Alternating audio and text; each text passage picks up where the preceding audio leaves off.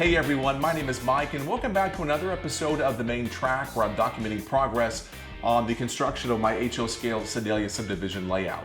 Well, first up, I wanted to thank you guys for all the awesome questions and comments you leave on the videos when I post those every month. And along those lines, I wanted to do something a little bit different for this episode, and that's host a little bit of a question and answer session, if you will. We've had some of those types of episodes in the past, but it has been a few months, so I figured it was time to play catch up and do a deep dive into some of those common questions I get here about the layout and hopefully pass along some answers to you. First up, a quick background on the layout if you're just now joining us here on the channel. As I mentioned, this is the HO scale Missouri, Kansas, Texas Railroad's Sedalia Subdivision, and it represents a portion of the M-K-T's main line to St. Louis. Now, the time frame is the summer of 1987. That's about a year before the Union Pacific took over the M-K-T and about 2 years before the Union Pacific discontinued service on the route that I'm modeling here. I do get a lot of questions about the various structures here in my layout, but the one that piques the most interest is this one right here behind me, that big brick structure. That's my Missouri Public Service power plant that was here in Sedalia, Missouri. It was built in the early 1900s, back when most individual towns had their very own power plants. You can see it was a very large brick structure. The building was out of commission by the time frame I'm modeling, but the structure was still there and wasn't torn down until long after the K-T itself was long gone. Now, to model this, I used a large kit by Corber called General Light and Power. It's the closest thing I could find to what I needed. Well, as you can see here, the building is pretty massive, and I had to do a lot of cutting to size it down a bit and modify it to look like the Sedalia plant.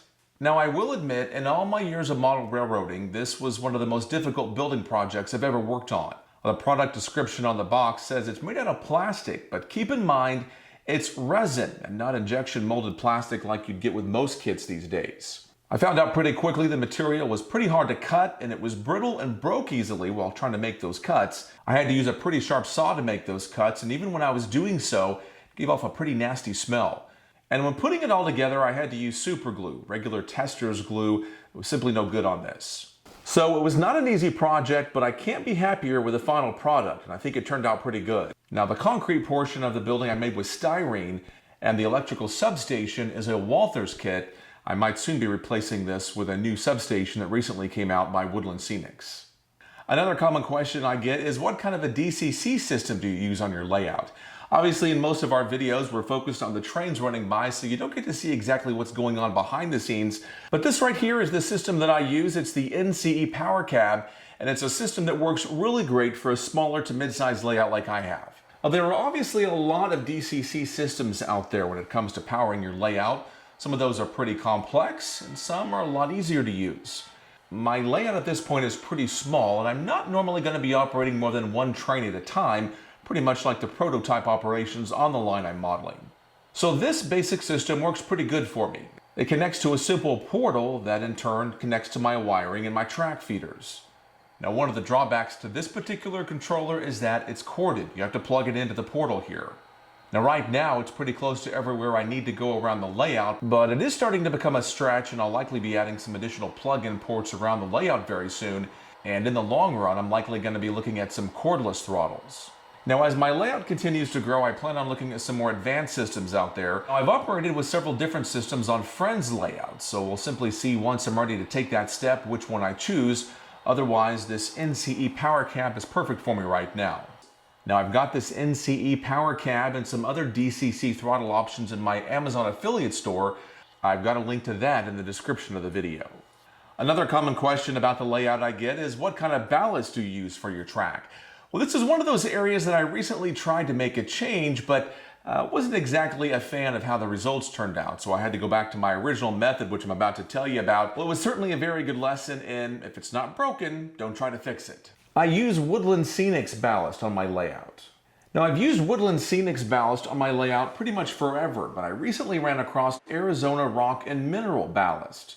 The one thing that piqued my interest with that company is I liked how they had a lot of color mixes to match what was used by individual prototype railroads. I read a lot of great reviews about the product, so I purchased a couple of bags. Now, I laid it out on some of my track, and this may be a controversial conclusion here for some people, but I wasn't exactly the world's biggest fan of how it turned out. There was nothing wrong with the ballast per se, but it just didn't look right to my eye. But one of the biggest things that swayed me here is I'm having a hard time finding Arizona products in train stores that I visit.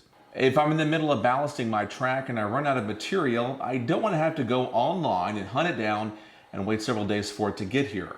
Woodland Scenics is a very common product, readily available at most hobby stores, in stock on most online stores as well, so I can get my hands on it pretty much when I need it. Now what I use for my main lines is fine gray blend, and for my sub-road bed and sidings I use fine gray. Now I believe the fine size here is technically meant for N-scale ballasting, but I think it looks great for HO scale, and the sizing of the individual rocks looks closer to my eye on what I'm used to seeing in the prototype, and that's the sizing I use here in my layout. Now in the end, I end up going over everything with a diluted wash to dull everything down and pull all the colors together. Now as I mentioned, one of the nice things about the Arizona rock is that the company mixes and matches different colors to match prototypes, whether it's Missouri Pacific or Burlington Northern or CSX. You can find a pretty close color match. Well, the drawback for the Woodland Scenics, however, is that the colors are pretty much a one-size-fits-all. Luckily, that Woodland Scenics gray blend is a pretty close match to what I need. However, if you're modeling a prototype railroad with a color of ballast that's not offered by those limited offerings by Woodland Scenics, you may be better off going with the Arizona Ballast. And so I'll leave you right there with the question of ballast. Which company's product do you use for your layout? Is it Woodland Scenics or maybe one of those specialty companies like Arizona? Go ahead and leave a comment down below. Maybe give me a review, your thoughts on what some of those products are and why you like those the best. I'll be sure to read those and possibly pass those along to our viewers in a future episode. And I will look forward to doing more of these Q&A type sessions in future episodes. We'll see you then, right here on the main track.